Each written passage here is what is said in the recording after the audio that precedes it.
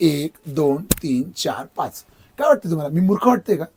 मी वेडी आहे बसून का? माझा हात तुम्ही मला हात पुरत नव्हता ती बुट्टी काढायला. मी अक्षरशः असं उभा राहून जायचो, असा उभा राहायचो आणि मग ती बुट्टी काढायचो. कारण माझी हाईट अशी एवढी 5वी-6वीला असताना. तर ते की एक धागा सुखाचा आणि 100 धागे दुःखाचे. झालेला आहे. गेल्या आठवड्यापासून खूप जबरदस्त प्रतिसाद येतोय. भगिनी सुंदर सुंदर कलेक्शन तब्बल जवळजवळ 50% ऑफ मध्ये मिळवत आहे.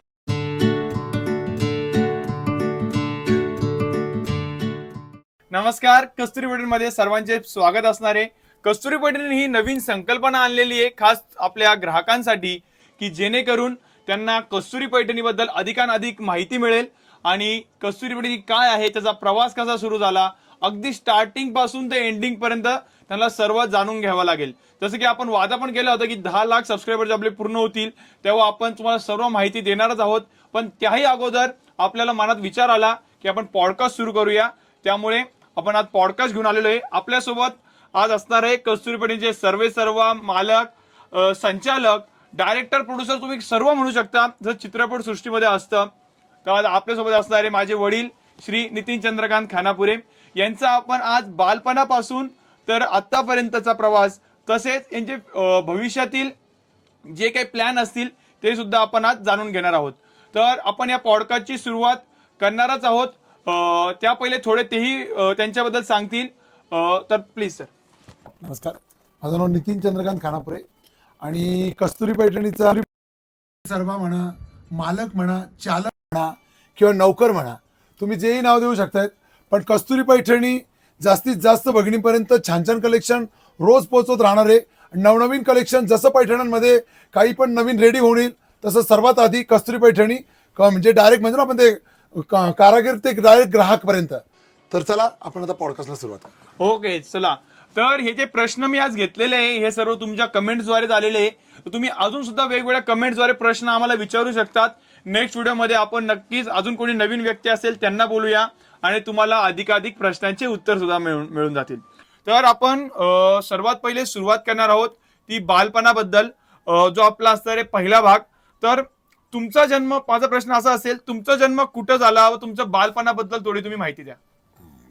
आता बघा, येवला पैठणी म्हणजे पैठणी आणि येवला हे म्हणजे एकदम रिलेटेड नाव आहे. येवला म्हटलं की पैठणी येतं आणि पैठणी म्हटलं की येवला नाव येतं. तर माझा जन्म येवल्यामध्येच झालेला आहे. अतिशय गरीब कुटुंबामध्ये जन्म झालेला आहे. तर आणि आतापर्यंत ज्यांनी ज्यांनी प्रगती केली आहे की ज्यांनी काही नवीन व्यवसाय इस्टॅब्लिश केला आहे ते मोस्ट ऑफ 95-98% जे म्हणजे बिझनेस करणारे म्हणा किंवा व्यावसायिक म्हणा ते गरीब कुटुंबातून आलेले आहे. तर माझाही जन्म अतिशय गरीब कुटुंबात झालेला आहे. ओके, तुमच्या कुटुंबाबद्दल थोडं सांगाल. तुमच्या कुटुंबात व्यवसायाची पार्श्वभूमी होती का, किंवा तुम्ही जॉब वगैरे काय करायची का, किंवा तुमच्या लहानपणीबद्दल काही थोडं कुटुंबाबद्दल? व्यवसायात तशी पार्श्वभूमी नाही म्हणता येणार, परंतु लहानपणापासून खूप इच्छा होती की आपल्याला म्हणजे शिक्षण तर घेण्याची इच्छा तर होतीच, पण आपलं शिक्षण आणि परिस्थिती अभावी मला जेव्हा एकदा 10वी पर्यंत तरी मला असं वाटत होतं की मी नक्की काहीतरी ग्रॅज्युएशन करणार, काहीतरी चांगलं मोठं शिक्षण करणार आणि त्यानंतर चांगलं कुठेतरी जॉब करणार. पण जसं माझं 10वी नंतरचं माझं हे झालं, 11वी-12वी जसं खडतड याच्यामध्ये गेलं, त्याच्यानंतर मला दिसलं पुढचं चित्र की आपलं आता जे करिअर होणार आहे ते म्हणजे जसं म्हणतो ना आपण पैठणीच्या याच्यामध्ये आपण पैठणीचं जे पदरचं काम करायचो किंवा साड्या बनवण्याचं विविंगचं काम करायचो. तर त्यामुळे मला कळून चुकलं होतं की आपलं भविष्य जे आहे आता ते पैठणीमध्येच आहे आणि साडीमध्येच आहे. त्यामुळे म्हणजे शिक्षणाचा पुढचा विषयच नाही आला. 12वी नंतर मी शिक्षण बंद केलं आणि स्वतःला पूर्ण पैठणीच्या याच्यामध्ये व्यवसाय झोकून दिलं, पैठणी बनवण्याचं. तर मला असं विचारायचं आहे, नक्कीच तुमच्यावर कोणत्या व्यक्तीचा प्रभाव होता का, किंवा ज्यांनी तुम्हाला जीवनात पुढे जाण्यासाठी प्रेरित केलं, किंवा ज्यांच्यामुळे तुम्ही घडले असं तुम्ही थोडक्यात म्हणाल? असं पर्टिक्युलर कोणा एका व्यक्तीचं मी इथे नाव नाही घेऊ शकत, पण तसं मी भरपूर जणांना माझं गुरु मानलंय आणि ज्यांचे जे हे होतं काम करण्याची पद्धत म्हणा किंवा व्यवसाय करण्याची पद्धत म्हणा ते मी आपल्या आत्मसात करत गेलो. आणि आता जसं मी व्यवसायात पडतोय, जसं मी व्यवसायामध्ये पुढे पुढे प्रगती करतोय तुमच्या सर्वांच्या आशीर्वादाने, तसं मी ते इम्प्लिमेंट करतोय. नक्की. लहानपणी तुम्ही कोणत्या प्रकारची स्वप्ने बघितली होती का, व्यवसायाबद्दल, जॉब बद्दल, त्याबद्दल थोडं सांगाल? खूप चांगला प्रश्न विचारला तुम्ही. हे बघा, लहानपणी कसं असतं बघा, आपले म्हणजे म्हणतो आपण लहानपण छोटं असतं पण आपले स्वप्न मोठी मोठी असतात. खूप मोठी मोठी स्वप्न असतात. तशी ऑफकोर्स स्वप्न मी पण बघितली होती. परंतु जसजसं आपण वयात येतो, म्हणजे थोडक्यात आता मी 10वी झाली, नंतर 11वी 12वी, नंतर मी 13वीला BSc ला पण ऍडमिशन घेतलं होतं. पण जसजसं मला कळून चुकलं की लहानपणाची स्वप्न ही लहानपणीच चांगली वाटतात. जसजसं आपण मोठं होतो तसं ती स्वप्न प्रत्यक्षात उतरायचं म्हटलं ना, ती तारेवरची कसरत करायला लागते. त्यामुळे असं काही स्वप्न काही नव्हतं, पण भगवंताची कृपा आणि सगळ्या भगिनींचा आशीर्वाद, तसं मी पुढे आज डेव्हलप होत गेलो आणि तुमच्या समोर आज जे काय आहे कस्तुरी पैठणी तुमच्या समोर. नक्की बरोबर बोलले तुम्ही. लहानपणी तर ते शाळेमध्ये विचारलं होतं की मोठं होऊन तुला काय व्हायचंय तुषार, तेव्हा पण मी सांगितलं मला इंजिनियर व्हायचंय. पण आज मी सुद्धा बिझनेस मध्ये उतरलेलो आहे. नक्कीच. तर असं लहानपणी असतात स्वप्न खूप सारी. आपल्या लहानपणाबद्दल आम्ही जाणून घेतलं, पण आपण एक सांगितलं विसरलात की आपण लहानपणी काम करायला सुरुवात कुठून केली किंवा कामाची सुरुवात आपली कशी झाली. तर तुमची साधारण एक 15-16 वयापर्यंत तुमची परिस्थिती कशी होती त्याबद्दल थोडं सांगाल. परिस्थिती तर तशी सुरुवातीपासून हालाकीचीच होती. आणि कसं होतं पूर्वी, आता तरी थोडंसं न्यूक्लिअर फॅमिली निघाल्यात. पूर्वी तसं आमचे 6 जणांचं कुटुंब होतं आणि घरामध्ये करणारे आई आणि वडील, त्यांच्या परिस्थितीने त्यांनी आम्हाला लहानाचं मोठं केलं. पण जसं थोडंसं आम्हाला कळायला लागलं 6वी-7वी पासून म्हणा, तेव्हापासूनच आम्ही, आता ही जी साडी बघा, पैठणी साडी मी तुम्हाला दाखवतोय, यामध्ये बघा आता ही पैठणीची बॉर्डर असते आणि हा साडीमध्ये बुट्टा दिसतोय तुम्हाला. तर हा बुट्टा जो असतो ना, जो विणणारा असतो ना, तो एक माणूस असतो, तो विणतो आणि त्याच्या हाताखाली ही टर्निंग बुट्टी असते, म्हणजे पूर्ण गुंफलेली बुट्टी असते. बघा साडीमध्ये कटिंग बुट्टा नसतो, पूर्ण हा टर्निंग बुट्टा असतो. तर याची जी सुरुवात होते पैठणी शिकण्याची ती बुट्टीपासून होते. तर ती बुट्टी आम्ही काढायचं शिकलो सुरुवातीपासून. आणि मग त्यानंतर जसं हळूहळू एक एक माहिती होत गेली तसं आम्हाला शिकवत गेले. त्यानुसार आम्ही बुट्टी, त्यानंतर मग याच्यामध्ये मुनिया म्हणतात आणि आमच्या विविंगच्या भाषेमध्ये आम्ही म्हणतो ज्याला मुनिया आली त्याला दुनिया आली. तर ही मुनिया पण आम्ही शिकलो. त्यानंतर या पदराचं काम शिकलो आम्ही. बघा हा जो पैठणीचा जो पदर आहे, 14 मोरांचा टिपिकल पदर तुम्ही बघू शकताय. आणि आज ती वर्ल्ड फेमस झालेली पैठणी आहे. सुंदर असा या पदराचं काम शिकलो. आणि हा पदर सुद्धा पूर्ण टर्निंग असतो, फ्रंट साईड आणि बॅक साईड. आणि काम जे होतं ते बॅक साईडने होतं. एक एक टाका असा गुफण असतो, तारं मोजून मोजून तो मोर तयार करायला लागतो. तारं मोजून मोजून एक फुल, हा कोंडा, ही सर्व जी डिझाईन असते ती काउंट करून करायला लागते. त्यानंतर मग विविंगचं काम पण शिकलो आणि हळूहळू पूर्ण सर्वच पैठणी. तुमचं वय काय असेल जेव्हा तुम्ही कामामध्ये उतरलात, त्या वेळेला तुमचं वय काय असेल साधारणपणे? बापरे, कारण की हा प्रश्न होता आपला. बघा वय म्हटलं ना, जसं मी तुम्हाला म्हटलं बघा, आपण समज आली म्हणजे थोडक्यात आपण एक 10-11 वर्षाचे, एक 5वी-6वी पासून तो बुट्टीची ही जी मी साडीमधली तुम्हाला बुट्टी म्हटलं ना, ही जी बुट्टी आहे ना, ही बुट्टी काढायला मी शिकलो. म्हणजे तुम्ही विचार करा माझी हाईट तरी काय असेल त्यावेळेस 5वी-6वीला. म्हणजे ते लूमवर बसून माझा हात सुद्धा पुरत नव्हता ती बुट्टी काढायला. मी अक्षरशः असं उभा राहून जायचो, असा उभा राहायचो आणि मग ती बुट्टी काढायचो. कारण माझी हाईट अशी एवढी 5वी-6वीला असताना, तर ती उभा राहून मी ती बुट्टी काढायचो. जसं आपण बेंचेस बघा, आपण शाळेत जातो 4थी-5वीला 5वी-6वीला आपले बेंचवर बसून आपल्याला लिहिता येत नाही, तर आपण उभं राहून लिहायचो बघा, त्याचप्रमाणे मी उभं राहून बुट्टी काढ. ओके, नक्कीच. तर आपण लहानपण जाणून घेतलं की माझे वडील नितीन सरांनी सांगितलंच की त्यांची जी विणकामाची सुरुवात म्हणता येईल आपल्याला की जी झालेली आहे ती तब्बल 11 ते 12 वर्षाच्या असण्यापासून झालेली आहे, की जेव्हा त्यांची हाईट सुद्धा पुरत नव्हती की जे बुट्टी काढू शकतात. तर पुढचं आपण थोडं आता लहानपणाबद्दल थोडी माहिती घेतली. त्यांचा जन्म झाला तो 10x10ची खोली होती. तर आता जवळजवळ आता आपला नवीन प्रोजेक्ट सुद्धा येतोय कस्तुरी पैठणीचा. तो तब्बल जवळजवळ 70 ते 80 हजार स्क्वेअर फूटचं शॉप आपलं ओपन होतंय येवला कोपरगाव हायवे किंवा आपण शिर्डी हायवे जो म्हणतो, मनमाड शिर्डी हायवे, इथं आपलं तब्बल आता 70 ते 80 हजार स्क्वेअर फूटचं शॉप प्लस पार्किंग सेपरेट. म्हणजे तुम्ही आता विचार करू शकता 10 square foot 100 square foot 100 square foot ते आताचा प्रवास चालू झाला आपला जवळजवळ 1 लाख स्क्वेअर फूट. तर हा प्रवास नक्कीच आपण आता पुढच्या प्रश्नांद्वारे आणि पॉडकास्टद्वारे आपण जाणून घेणार आहोत. तर पुढचा प्रश्नाची सुरुवात करणार आहे आपण, व्यवसायाची सुरुवात आणि संघर्ष तुमचा. तर तुम्ही पैठणी व्यवसायातच का येण्याचा निर्णय घेतला, यामागे काही खास कारण होतं का? नाही, खास कारण तसं काहीच नाही. बघा मी तुम्हाला म्हटलो ना, सुरुवातीपासून जी घरची परिस्थिती होती ती हालाकीची होती. आम्ही 3 भावंड आणि 1 बहीण, बहीण मोठी आणि 3 भावंड. तर त्यानुसार म्हणजे येवल्यामध्ये दुसरा व्यवसाय काही नाही होताच. आताही अजूनही मला वाटतं पैठणीचं मेन, पैठणी बनवण्याचं हे जे मेन आहे येवल्याचं, हे तर मेन हेच आहे. तसं की थोडक्यात येवल्यामध्ये जे परकीय चलन म्हणजे किंवा बाहेरचा जो पैसा येतो तो येवल्यामध्ये पैठणीमुळेच येतोय. आणि त्यावेळेस घरोघर लूम होते, आजही लूम आहेत. त्यामुळे दुसरा ऑप्शन आम्हाला काही नव्हतं येवल्यामध्ये. त्यामुळे आम्ही ऑफकोर्स पैठणी, आणि पैठणीमध्ये आमचे जे कास्टचे समाजाचे लोक आहेत किंवा जे येवल्यामध्ये भरपूरसे कुटुंब आहेत ते या पारंपरिक येवला समाजामध्ये म्हणा तर येवल्यामध्ये पारंपरिक या पैठणीमध्ये गुंतलेलेच होते. त्यामुळे आम्ही ऑटोमॅटिक याच्याशी जोडल्या गेलो आणि आम्ही पुढे याच्यात डेव्हलप झालो. म्हणजे थोडक्यात सांगण्यात येईल आपल्याला की कस्तुरी पैठणी ही पूर्ण पिढ्यानपिढ्यांपासून आलेली आहे. म्हणजे माझे आजोबा यांचे वडील म्हणजे हे सुद्धा आमचा पारंपरिक बिझनेस चालू झाला थोडक्यात तुम्ही म्हणू पैठणीचा. शकतात, नक्कीच तसं म्हणू नक्कीच. शकतात. कारण की मला वाटतं आमच्या वडील जरी थोडंसं लूमचं काम वगैरे माहित नव्हतं, पण पैठणीच्या आधी येवल्यामध्ये हिमरू म्हणून चालायचे. ते हिमरू ते परचेस करून मुंबईला सेल करायचे आमच्या वडील. म्हणजे त्यावेळेस त्यांची परिस्थिती थोडीशी होती. आपण असं म्हणून का हो, तुम्ही तर म्हणताय की आमची परिस्थिती हालाकीची होती, मग ते हिमरू कसे परचेस करायचे आणि मग कसे सेल करायचे. पण कसं होतं, ज्याचं आपण एखादं आता हे बघतो ना, पीक बघतो ना, तर त्याचा थोडासा डाऊनफॉल पण येतो. त्यानुसार थोडंसं त्यांचा डाऊनफॉल आला आमच्या जन्माच्या वेळेस म्हणा किंवा कसंही तुम्ही म्हणू शकता. ओके, आपण आता बरोबर आपण सुरुवात करूया. कस्तुरीपणीची सुरुवात कधी झाली आणि कशी झाली सुरुवातीला? आणि सर्वांचा आवडता प्रश्न असतो बरं का, सर्वांचा आवडता प्रश्न असतो की व्यवसाय सुरू करताना भांडवल किती होतं? कारण की भांडवल हे प्रत्येक ठिकाणी लागतंच आणि भांडवल किती होतं हे नक्कीच तुम्हाला जाणून घ्यायला मिळेल. हे बघा, भांडवल जर तसं म्हटलं ना तर आज पहिले कुठलाही सुरुवात कशी झाली तिथून सुरुवात करा तुम्ही, मग आपण भांडवलाकडे वळूया. सुरुवात म्हणजे आता आता बघा, मी तर तुम्हाला पहिले म्हटलो, पहिले आपण ते काम शिकलो, सर्व काम शिकलो. त्यानंतर आपण स्वतः घरी पुन्हा लूम चालू केले आपले स्वतःचे.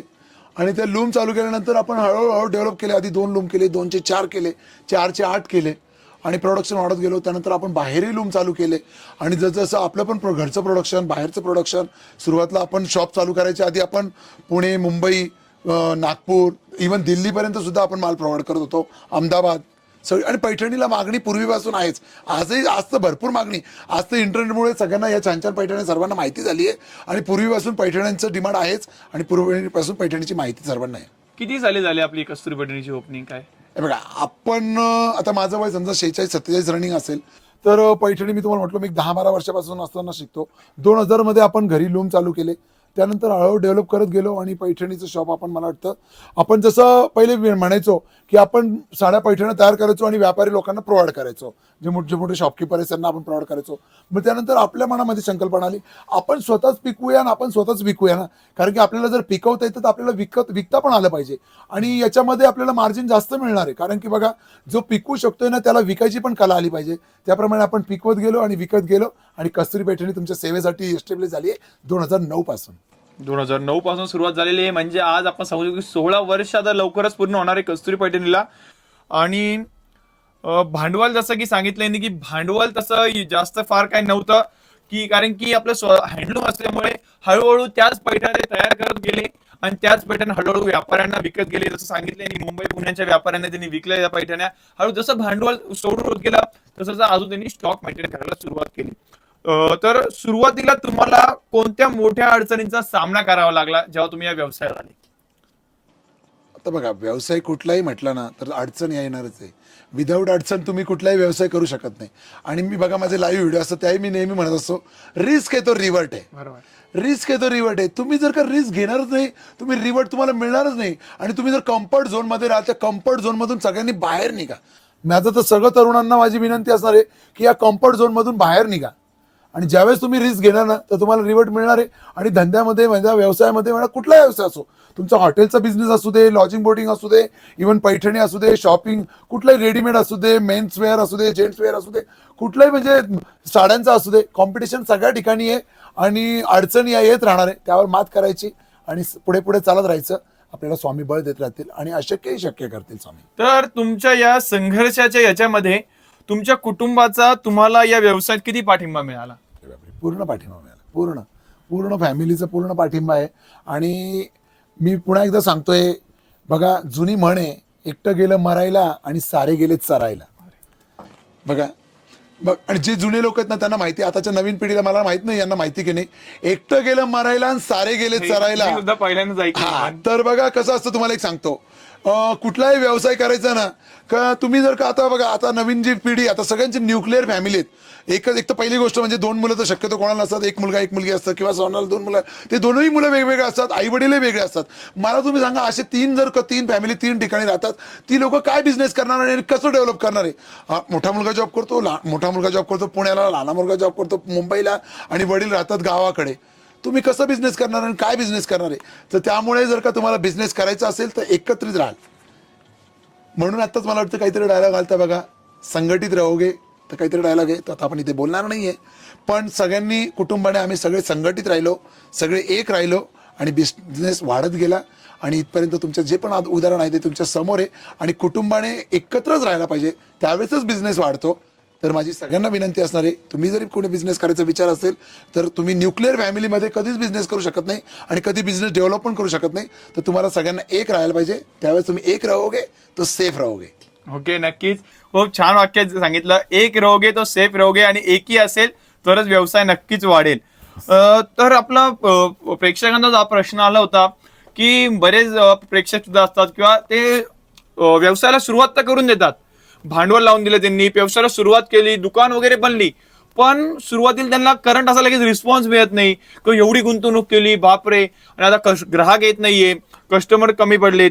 तर सुरुवातीचे 5 वर्ष होते तुमचे, बिझनेस स्टार्ट केला, सुरुवातीचा जो अवघड काळ असतो ना तो स्टार्टिंगचाच असतो बिझनेस सेट होण्यासाठी. तर सुरुवातीच्या 5 वर्षाला तुम्हाला असं आठवतं का तुम्हाला हे मोठं आव्हान गेलं असेल किंवा अडचण निर्माण झाली तुम्हाला? नक्कीच नक्कीच, खूप छान प्रश्न विचारला तुम्ही तुषार. हे बघा, तुम्हाला एक सांगतो मी, सुरुवातीला माझे जे मागावरचे जे या पैठण्या ज्या आपण तुम्ही लावलेत बघा, या सगळ्या प्युअर हँडलूम पैठण्या आहेत. या पैठण्या बनवण्याचा उद्योग होता आणि आपण या पैठण्यांसोबत आपण 2009 मध्ये शॉप पण चालू केलं. आणि शॉपमध्ये प्रत्येक भगिनी ही हेवी क्वालिटीची म्हणा किंवा जी प्युअर पैठणी आहे ती परचेस करू शकत नाही.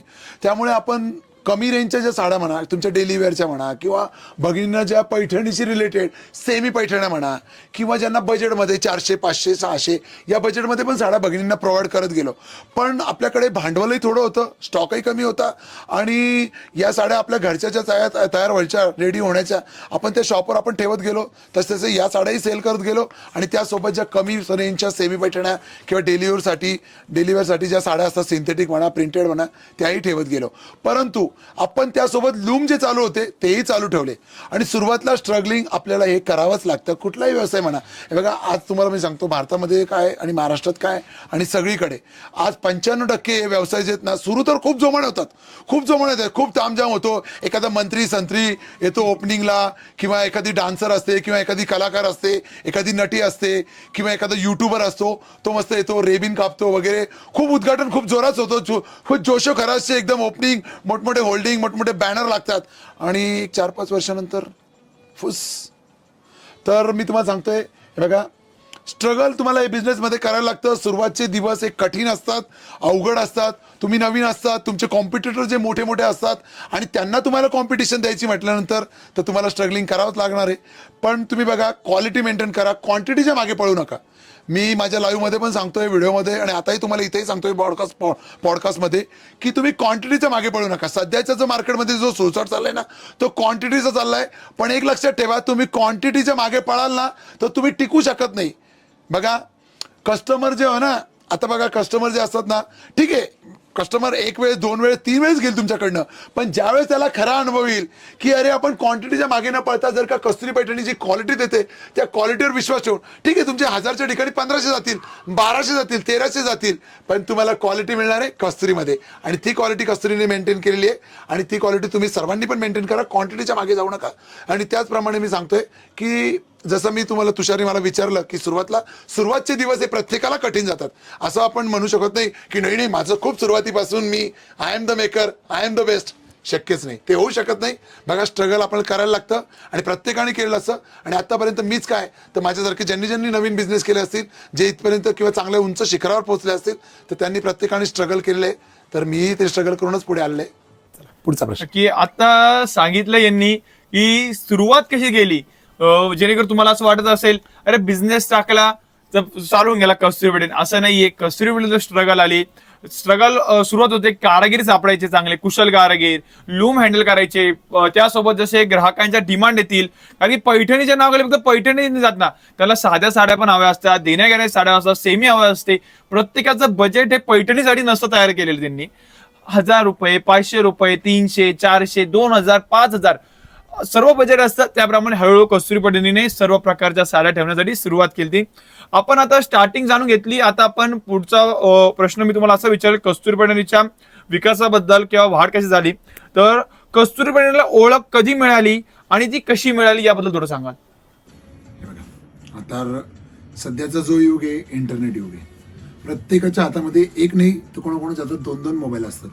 तर त्यामुळे आपली माहिती माउथ पब्लिसिटी पूर्वीचे म्हणजे कस्तुरी पैठणीची माहिती झाली किंवा पूर्वी जे ॲडव्हर्टाईजचे जे प्रकार होता, मोठमोठे होल्डिंग लावले, बॅनर लावले, आपणही केलं आणि करावंच लागतं. ऑफकोर्स करावं लागतं. तुम्ही म्हणा मग तुम्ही बॅनर नव्हते लावले का आणि मग तुम्ही जाहिरातबाजी केली नाही का? ऑफकोर्स करावं लागतं, कारण की प्रत्येकाला करावं लागतं.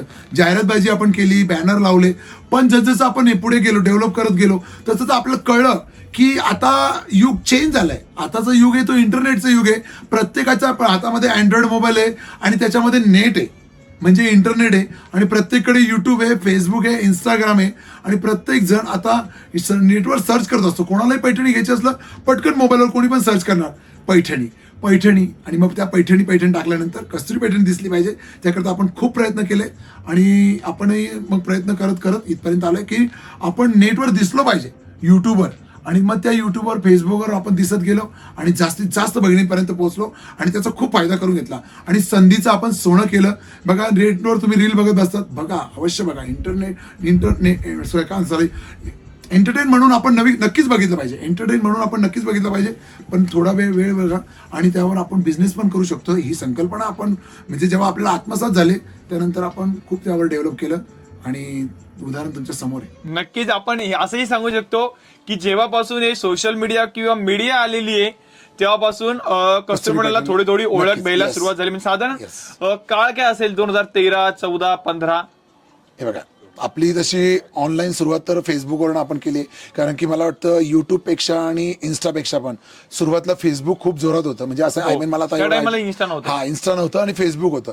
तर मग फेसबुकवर आपण पोस्ट टाकत गेलो आणि व्हिडिओ टाकायचो, साड्यांचे फोटो काढायचो पैठण्यांचे आणि या साड्यांचे व्हिडिओ पण काढायचो. ते व्हिडिओ टाकत त्यावेळेस लाईव्ह हा प्रकार नव्हता, लाईव्ह हा प्रकार माहित नव्हता आम्हाला फेसबुकवर वगैरे, पण आपण फोटो आणि व्हिडिओ टाकत होतो. त्याला मिनिमम 9 ते 10 वर्ष तरी झाले असतील. ओके, म्हणजे आता साधारण 2014-15 ला सुरुवात झालेली आहे. खरी ओळख त्याच्या आधी पण होतो आपण, फेसबुकवर होतो, पेज होतं आपलं, पण एवढी आयडिया नव्हती. पण फोटो टाकायचो, म्हणजे 12-13 म्हटलं तरी काय हरकत नाही, पण इतकं खूप असं इतकं याच्याने नाही. जेव्हापासून सोशल मीडिया आली तेव्हापासून कस्तुरीला हळूहळू ओळख मिळायला सुरुवात झाली. पुढचा प्रश्न असा असेल, तुमच्या यशाचे रहस्य काय असे तुम्हाला वाटते? हा सर्वात अवघड प्रश्न वाटतो, पण आहे खूप सोपा. यशाचं रहस्य म्हणजे मला प्रश्न कळला नाही. यशाचं रहस्य म्हणजे जसं आपण पिक्चर मध्ये सांगतात की प्रत्येक सफल पुरुषामागे एक स्त्रीचा हात असतो, तसं तुमच्या यशाच्या रहस्यामागे तुम्हाला असं काय वाटतं की कोणाचा हात असेल? अरे बाबा, माझ्या यशाच्या मागे तर मी सांगेल माझं पूर्ण कुटुंब. माझ्या यशाच्या मागे तर माझं पूर्ण कुटुंब आहे. त्यामुळे मी असं इथे कोणाचं नाव घेऊन, माझ्या मिसेसचं नाव घेतलं तर मी माझ्या भावाला नाराज करणार नाही आणि भावाचं नाव घेऊन मी आईला नाराज करणार नाही. त्यामुळे माझं पूर्ण कुटुंब माझ्या यशाच्या पाठीमागं आहेत. आणि अजून एक तुम्हाला गोष्ट सांगेल की कन्सिस्टन्सी पाहिजे. कुठलाही तुम्ही बिझनेस करा, व्यापार करा, कुठलंही तुम्ही काम करा, कन्सिस्टन्सी खूप महत्वाची आहे. आज मला अपयश आलं, आज मला व्ह्यूज कमी आले युट्यूबला म्हणा किंवा फेसबुकला म्हणा, आणि मग मी उद्यापासून व्हिडिओ करणार नाही, किंवा आज मला हेट कमेंट आल्या, मग मी उद्यापासून लाईव्ह येणारच नाही, की मी उद्यापासून व्हिडिओ बनवणारच नाही. आणि मग आज मला एखादं कस्टमर नाही झालं, त्याने मला खूप साड्या बघितल्या, 2-3 तास दुकानी साड्या बघितल्या आणि मग माझ्याकडनं साड्याच नाही घेतल्या, आणि मग मी उद्यापासून कस्टमरच करणार नाही, मी उद्यापासून साड्याच दाखवणार नाही, किंवा आणि मग मला आज साडी बनवता बनवता माझ्या हाताने खूप मोठी चूक झाली. आता ही पैठणी बघा हाताने बनवलेली असते, यामध्ये कधी कधी बनवताना चुका पण होऊन जातात. म्हणजे आमचे जर का आता कोणी जर का आमचे पॉडकास्ट बघत असेल, आमचे भाऊ विवर विणकाम मागवाले किंवा हँडलूमवाले, तर त्यांना माहिती आहे या साडी बनवताना आपण म्हणतो की 1 धागा सुखाचा आणि 100 धागे दुःखाचे. हे 100 धागे कधी कधी दुःखाचे इतके त्रास देतात. या पूर्ण साडीमध्ये जर का तुम्ही बघितले तर उभे जे धागे असतात हे टोटल 4000 धागे असतात. किती धागे असतात? 4000 धागे. बोलताना आपण गाण्यामध्ये काय म्हणतो? 1 धागा सुखाचा आणि 100 धागे दुःखाचे. तर मी सांगेल की हे 4000 धागे जे पूर्ण लावलेले असतात बघा, हे जे धागे तुम्हाला दिसत आहेत बघा साडीमध्ये, हे बघा, हे जे धागे दिसतात ना, हे सर्व काउंट केलेले धागे असतात. बॉर्डरला किती धागे असणारे, जरीचे किती धागे असणारे, या वार्पमध्ये जे जांभळ्या रंगाची जी वार्प दिसते, या वार्पमध्ये किती धागे असणारे. आणि कधी कधी विणता काय होतं, आता समजा फॉर एक्झाम्पल आता पावसाळ्याचे दिवस आहे, पावसाळ्याच्या दिवसामध्ये काय होतं, लाईटचे किडे जे असतात बघा, ते लाईटचे किडे सुद्धा जे मागवाल्याचे माझे हँडलूमवाले जे बघत असतील व्ह्यूवर त्यांनाही माहिती आहे की पावसाच्या दिवसामध्ये हे किडे ना असे धागे जे असतात ना ते तोडतात आणि कधी कधी इतके धागे तुटतात की ते बघून अक्षरशः चक्कर येऊन जाते. बापरे, आता ही साडी कशी बनवायची आणि कशी क्लिअर करायची. त्यावेळेसही आपण हारलो नाही आणि त्यावेळेसही आपण म्हटलो नाही, हे धागा जोडून का होईना पण मी माझ्या भगिनींसाठी छान अशी पैठणी बनवणार आणि आपण ती बनवली.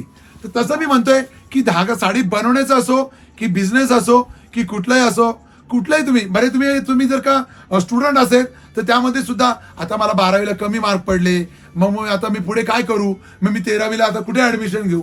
नाही, घाबरू नका. 12वी नापास जरी झाले ना तुम्ही यश प्राप्त करू शकतात. 12वी जरी तुम्ही नापास झाले ना तरी तुम्ही यश प्राप्त करू शकतात. आणि साडी बनवताना एखादी साडी चूक जरी झाली ना, ती साडी तर तुमची चूक झालेली साडी सुद्धा विकू शकते आणि कस्तुरी पैठणी तुम्हाला ती विकून दाखवेल आणि विकू शकतो आपण. म्हणून कुठेही नाराज व्हायचं नाही. म्हणून मी म्हणतोय बिझनेस असो, साडी बनवणं असो किंवा एज्युकेशन असो, कन्सिस्टन्सी खूप महत्वाची आहे. कन्सिस्टन्सी सोडायची नाही आणि रिस्क आहे तर रिवॉर्ड आहे. ओके, नक्कीच. हर्षद मेहताचा डायलॉग सुद्धा मला रिस्क येतं रिवॉर्ड येईल आला. बरोबर आहे, रिस्क जिथं आहे तिथं नक्कीच रिवॉर्ड सुद्धा मिळणारच.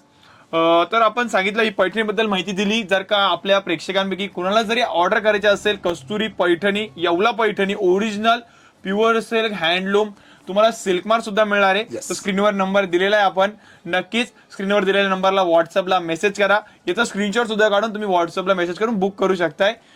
नितीन सर नक्कीच तुम्हाला रिप्लाय करतील. पूर्ण कस्तुरीची टीम बसलेली रिप्लाय करायला तुमची ऑर्डर कन्फर्म करण्यासाठी. तर आपण पुढचा प्रश्नाकडे बोलूया. आज कस्तुरी पैठणीचे युट्यूबवर जवळजवळ 9,50,000 फॉलोअर्स होतील आणि इंस्टाग्रामवर सुद्धा जवळजवळ 1,00,000 फॉलोअर्स होणारच आहेत. तर या युट्यूब आणि फेसबुक झालं आपलं, फेसबुक तुम्ही सांगितलं, तर युट्यूब आणि इंस्टाग्रामवर तुम्ही कसे आलात किंवा तुमचे युट्यूब आणि इंस्टाग्राम याची जर्नी कशी होती?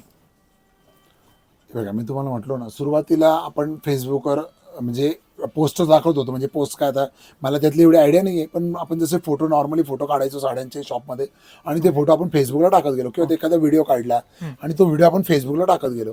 आणि त्याच्यानंतर आपलं रुटीन लाईव्हमध्ये म्हणजे ऑनलाईन बिझनेस थोडं डेव्हलप होतच होता. सुरुवात होत होती. त्यानंतर सुरुवात होता थोडंसं डेव्हलप नाही झालं. 2015 पासून मला वाटतं 2020 पर्यंत 5 वर्षात पुष्कळ आपण कस्तुरी पैठणी पाहायला जाणं माहिती झाली. पण त्यानंतर लॉकडाऊन लागलं आणि सर्व स्टॉपच झालं. आणि सगळ्यांना माहिती आहे, आपण लॉकडाऊन लागल्यानंतर कशालाही हात लावायचा नाही, दरवाजा खिडक्यांना हात लावायचा नाही, सॅनिटायझरने हात पुसायचे आणि घरामध्ये सर्व लॉक राहायचं. और त्याच्यानंतर सगळे 3 हप्ते तर सर्व बंदच होतं. 21 मार्च 2020 पासून तर सर्व बंदच होतं. त्यानंतर मग आम्हाला असं वाटलं की लॉकडाऊन काय, 21 दिवसाचं लॉकडाऊन आपल्या आयुष्यात पहिल्यांदा. लॉकडाऊन म्हणजे काय असं, लॉकडाऊन म्हणजे घरामध्ये बसणं ही संकल्पनाच मनाला पटत नव्हती. कसे आपण 21 दिवस काढले आणि त्यानंतर पुन्हा लॉकडाऊन पुढे काय म्हणतात एक्सपांड झालं, काय म्हणतात तुम्ही त्याच्यात, पुढे सेकंड लॉकडाऊन लागलं. पुन्हा सेकंड लॉकडाऊन नाही, ते नंतर लागलं, पण पुढे वाढत जात होतं ना, 21 दिवस असं वाढत गेलं. आणि मग असंच आमची वैशाली होती, आमच्या लहान भावाची मिसेस आहे, तिचं मला सर्वांना युट्यूबवर माहितीच आहे. कस्तुरी पैठणीची ब्रँड आहे ती सध्या नेमकी युट्यूबला, कस्तुरी पैठणीचे सर्व व्हिडिओ. आणि मग ती संकल्पना ती लेक माहेरचा कट्टा म्हणा किंवा असे जे काही लेडीजचे ग्रुप असतात त्याच्यावरती होती. आणि एका भगिनीने असंच सांगितलं की तुमचं पेज वगैरे का फेसबुकला पेज वगैरे असेल तर ते आम्ही म्हटलं हो आमचं फेसबुकला पेज वगैरे आहे. तर ते म्हणे तुम्ही त्या पेजवरनं त्या कट्ट्यावरनं पण ते लाईव्ह वगैरे यायचे, सगळे लेडीज जॉईन व्हायच्या. आणि मग त्या पेजवरनं येत गेलो आणि जशी माहिती होत गेली फेसबुकवरून मग आपण फेसबुकला मग बॅकअपसाठी आपण यूट्यूब चालू केला, यूट्यूबवरनं आता इंस्टाग्राम चालू केलं. आणि कस्तुरी पैठणी जे पण ते तुमच्या समोर आहे, आता लवकरच आपले 10 लाख सबस्क्रायबर होणार आहे. नक्कीच, म्हणजे तुम्हाला सांगता येईल जो पर्याय आपल्याला दिसला, जे सोशल मीडिया प्लॅटफॉर्म दिसला, तिथं कस्तुरी पैठणी सुरुवात केली. पण मी तुषारला 1 मिनिट थांबवतो. पण प्रवास हा सोपान होता, सर्वांसाठी सांगतोय. प्रवास हा सोपान होता, खडतर प्रवास आहे. आणि आजही आपलं स्ट्रगलिंग चालू आहे आणि आजही आपली कन्सिस्टन्सी चालू आहे बघा. आणि मी म्हणतो ना, सीखना बंद तो जीतना बंद. मी सर्वांना सांगू इच्छितो, सीखना बंद तो जीतना बंद. त्या दिवशी तुम्ही म्हणाल ना, ए चल आपने बाप को मत सिखा, त्या दिवशी समजून जायचं की तुमची प्रगती थांबली आहे आणि तुम्ही तिथं संपलात. म्हणून मी नेहमी सांगत असतो, सीखना बंद तो जीतना बंद. आणि आपले स्लोगनच आहे व्हिडिओमध्ये, ज्या भगिनींनी आता जर का पॉडकास्ट बघत असेल तर त्यांना माहिती आहे आपलं स्लोगनच आहे, थांबला तो संपला आणि कष्ट हेच भांडवल. नक्की तुम्ही लाईव्ह व्हिडिओ जरूर पहा. कस्तुरीचे रेग्युलर आपण अपलोड करतच असतो, ज्यामध्ये आपण सुंदर सुंदर साड्या दाखवत असतो. तुम्हाला हे डायलॉग बाय सुद्धा ऐकायला नक्कीच मिळेल. तर आपण असं सांगू इच्छितो किंवा प्रश्न म्हणूया आपण, या तुमच्या ऑनलाईन उपस्थितीने तुमच्या व्यवसायाला किती फायदा झाला साधारण? अरे बाप, खूप फायदा झाला. पण कसं असतं तुम्हाला एक सांगू का, या फायद्यासोबत जसं आता आपण व्हिडिओ बनवले, तसं मी असं व्हिडिओ बनवले, तसं मग बाकीच्यांना पण असं वाटतं ना की आपणही जसं कस्तुरी पैठणी फेमस झाली, तसं कस्तुरी पैठणी फेमस होते, तसं आपणही फेमस व्हायला पाहिजे. त्यानंतर मग आजच्या काळामध्ये कॉम्पिटिशन खूप आहे. कारण की प्रत्येकाकडे जसं मोबाईल आहे, युट्यूब आहे, तसं प्रत्येकाच्या मोबाईलमध्ये युट्यूब आहे आणि प्रत्येकाला असं वाटतं की आपणही छान छान साड्या घेऊन येऊन आपणही युट्यूबवर लाईव्ह येऊ आणि आपणही आपल्याकडच्या साड्या दाखवूया. पण तुम्ही एक लक्षात ठेवा, मी नेहमी सांगतोय आणि आताही तुम्हाला सांगतोय की कस्तुरी पैठणीने नेहमी क्वालिटीवर भरोसा ठेवलाय. क्वांटिटीवर कधीच नाही. बघा, मार्केटमध्ये क्वांटिटीवाले येतील जातील, पण कस्तुरी पैठणी क्वालिटीवर भर ठेवणार आहे. त्यामुळे कस्तुरी पैठणी आजही इतक्या कॉम्पिटिशनमध्ये, बघा सुरुवात केली त्यावेळेस आपल्याला कॉम्पिटिशन काहीच नव्हती. मी म्हणेल काहीच कॉम्पिटिशन नव्हती. थोडक्यात आपणच होतो. आज कस्तुरी पैठणीबरोबर असंख्य भगिनी दिसत आहेत, असंख्य भाऊ दिसत आहेत आणि सगळ्या गल्लीपासून दिल्लीपर्यंत, साऊथ पासून नॉर्थ पर्यंत आणि ईस्ट पासून वेस्ट पर्यंत सगळीकडे लाईव्ह चालू आहेत आणि सगळीकडे सुळसुळाट चाललाय. फक्त quantity, only quantity, no quality. कारण की सर्वांना काय वाटतं की ऑनलाईन शॉपिंग करणाऱ्या भगिनी थोड्याशा नाही, तशा नाही आहेत. माझ्या भगिनी खूप हुशार आहेत. माझ्या भगिनींना माहिती आहे की आपल्याला क्वालिटी कुठे मिळणार आहे, तर एकमेव कस्तुरी पैठणीमध्ये आपल्याला क्वालिटी मिळणार आहे. त्यामुळे कस्तुरी पैठणी क्वांटिटीने तर क्वालिटीवर भर देते. म्हणूनच आपण सांगत असतो की क्वालिटी हवी असेल तर कस्तुरी पैठणीचा आपण पर्याय निवडायचा आहे. व्यवसायात पुढे जाण्यासाठी तुम्ही कोणती नवीन पावले उचलली? तुम्ही जशी एक पाऊल म्हणता येईल आपल्याला, शॉपची सुरुवात केली. सुरुवातीला नेटवर्क वगैरे इंटरनेट काहीच नव्हतं. त्यानंतर साधारण 14-15 झाले फेसबुक वगैरे, त्यानंतर युट्यूबची. पण प्रश्न असा, तर व्यवसायात पुढे जाण्यासाठी तुम्ही कोणकोणती पावले अजून उचलणार आहात किंवा उचलण्याचा विचार आहे तुमचा? हे बघा, आता जसं आपण पुढे जातो तसं चेंज होतो आणि सगळ्या भगिनींना सांगतो, सगळ्या भावांना सांगतो, हे बघा, एक जे ट्रेंड असतो, बघा प्रत्येकाला सांगतोय, एक 5-5 वर्षाचा ट्रेंड असतो. तो ट्रेंड चेंज होत जातो. बरोबर. तुम्ही एक लक्षात घ्या, पूर्वी आपण ऑफलाईन करत होतो. पहिले 5-6 वर्ष गेले. 9 ते 2014. त्यानंतर आपण 5 वर्ष फेसबुकला साड्या विकल्या. 14 ते 19. येस. आणि आता 20 पासून आता 25 पर्यंत. आणि आता हळूहळू सगळ्या भगिनींना सांगतोय, हा ट्रेंड चेंज होतोय. सर्वांनी तयारीला लागून जा. मी तयारीला लागलोय, पण मी आता इथे सांगणार नाहीये. मी आता इथे सोशल मीडियावर सांगणार नाहीये. मी तयारी लागून गेलोय, तुम्ही सुद्धा तयारी लागून जा. हे लाईव्हचं ट्रेंडिंग जे आहे ते आता चेंज होणार आहे. बरोबर. हे जे आता युट्यूबवर आपण जे म्हणतो ना, हा जो सुळसुळाट सुरू झालाय, लाईव्ह, बंद करा आता हा लाईव्हचा प्रकार. कारण की आता हा ट्रेंड चेंज होणार आहे.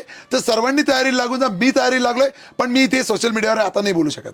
नक्कीच. आपण जरूर सांगतो, बरोबर मुद्दा काढला की 5 वर्षामध्ये ट्रेंड चेंज होतो. प्रत्येक फेज हा एक चेंज होतो. 2000 कस्तुरी पैठणी म्हणजे मला सुद्धा माहितीच आहे. 2009 ते 2014, 14-15 5 वर्षाचा कालावधी बघूया. 5-6 वर्षांचा ऑफलाईन कुठल्याही प्रकारचा इंटरनेटची मदत नाही. त्यानंतर 14 ते साधारण 19-20 5 ते 6 वर्षांचा कालावधी फेसबुक सुरू झालं. तेव्हा जिकडे तिकडे फेसबुकच, फोटो काढायचे अपलोड करायचे. फेसबुक सुरू झालं, 5 वर्षाचा कालावधी. त्यानंतर 20 पासून आता आलाय 25. 5 वर्ष होऊन गेलेले लाईव्ह व्हिडिओ चालू आहे. फक्त लाईव्ह. आता म्हणजे मार्केटमध्ये सगळीकडे लाईव्ह चालू आहे. तर आता कस्तुरी पैठणी चेंज करणारे प्लॅन आहे माझ्या डोक्यामध्ये. आपल्याला 1 महिना, 1.5 महिना, 2 महिन्याला इथले 1.5 ते 2 महिन्यामध्ये जो प्लॅन असेल तो सर्वांसाठी ओपन होणार आणि आपली ऑनलाईन शॉपिंग अगदी सुरळीत होणार. अगदी सुरळीत आपली ऑनलाईन शॉपिंग करून देणार आहे. तुम्हाला स्क्रीनशॉट काढायची सुद्धा गरज कस्तुरी पैठणी ठेवणार नाही. आता चेंजिंग होणार. तुम्ही ऑर्डर कराल, क्लिक, दुसऱ्या दिवशीसाठी तुमच्या घरापर्यंत. लवकरच आपण लॉन्च करणार आहे. लॉन्च कसं असतं, थोडा सब्र का फल मीठा होत आहे. आपण म्हणतोच की नक्कीच तुम्ही सब्र करा. 2 महिन्यामध्ये कस्तुरी पैठणी असं काहीतरी करून दाखवणार की जेणेकरून तुमची ऑर्डर करण्याची प्रोसेस अगदी सोपी होऊन जाणार.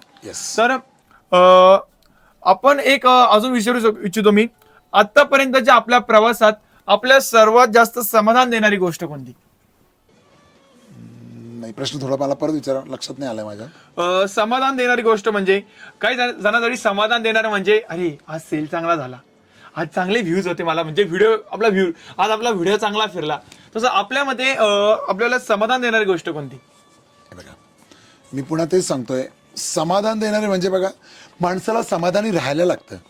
समाधान देणार म्हटलं तर तसं तसं जर का तुम्ही विचार केला तर बघा, एखाद्या ग्लासमध्ये आपण पाणी घेतो, ग्लासमध्ये पाणी घेतो, अर्धा ग्लास भरलेला असतो. मग तुम्ही काय म्हणणार, ग्लास अर्धा भरलेला म्हणणार आहे की ग्लास अर्धा रिकामा म्हणणार आहे? बरोबर, अर्धा भर. ग्लास आधा भरावा बोलोगे या ग्लास आधा खाली बोलोगे? आणि आपण म्हणतो ना, इंसान की ख्वाहिशों की कोई इंतहा नहीं होती, 2 गज जमी चाहिए 2 गज कफन के बाद. त्यामुळे मी सांगेल की समाधान हे मानण्यामध्ये असतं. आणि आज खूप कस्टमर आले, आज मी लय खुश आहे, किंवा आज माझ्या ऑनलाईन खूप सेल झाला म्हणून मी आज मी लय खुश आहे, आणि आज मला साड्यांची ऑर्डरच नाही आली, किंवा माझ्या आज शॉपला कस्टमर्स नाही आलं म्हणून मी आज खूप नाराज आहे, मग मी आता उद्या शॉप ओपन नाही करणार, मी उद्या लाईव्ह नाही येणार, किंवा मी उद्या साड्या नाही दाखवणार, मी उद्या कोणाला एंटरटेन नाही करणार, मी व्हॉट्सअपवर उद्या रिप्लाय नाही करणार. तसं नाही करणार. सुख मांडण्यामध्ये असतं, समाधान हे मांडण्यामध्ये असतं. आणि मी तेच सांगतोय, कन्सिस्टन्सी सेवा, नक्कीच तुम्ही सुखी व्हाल, नक्कीच तुम्ही समाधानी व्हाल, आणि तुम्हाला यश हे मिळणार. हार के बाद जीत होती है, देखो, हार के बाद जीत होती है. तर कभी खुशी गम हे चालूच राहणार आहे. आणि आपल्याला जर का रोज फक्त सुख आणि सुख भेटत गेलं ना, तर आपल्याला सुख काय असतं ते सुख सुद्धा आपल्याला पोचायला लागतं. सुख म्हणजे नक्की हा, सुख म्हणजे नक्की काय असतं. आपण जर म्हटलो मला बघी माझे रोज 500 साड्या जात आहेत, रोज माझे 10 लाखाचा गल्ला येतोय, रोज माझा 15 लाखाचा गल्ला येतोय, हे आपण नाही आता कोणाला घाबरणार, आपण नाही आता हे, आणि मग आपण उन्मत्त होऊन जातो. आणि मग आपल्याला असं वाटतं, अरे काय किती गल्ला किती आला, 15 लाखच आला ना बघा. पण ज्यावेळेस आपल्याला गल्ला 1 लाख येतो किंवा 50,000 येतो, मग त्यावेळेस आपल्याला दुसऱ्या 15 लाखाचा गल्ला झाला तुझ्या आज, अरे वा, वेल. मग असं असतं, कन्सिस्टन्सी ठेवायला लागते. येस, एक दिवस येऊन चालणार नाही. हा, कन्सिस्टन्सी. अरे आज किती आपले 200 साड्या गेल्या ना, आणि काल 500 साड्या गेल्या. हे बघा, असं नसतं. काल 500 गेल्या, आज 200 गेल्या, उद्या 50 जातील, 100 जातील, परवा 1000ही जातील. भगिनींना आज सध्या बघा, आज आपण मान्सून सेल पण चालू केलाय. भगिनींची सध्याची आता बघा मान्सून चालू आहे, भगिनींना कुठे साड्या वेअर करून जायचं नाही, कोणाकडे कुठला काही कार्यक्रम नाही, फंक्शन नाही, त्यामुळे भगिनी थोडंसं थांबून विचार करतील.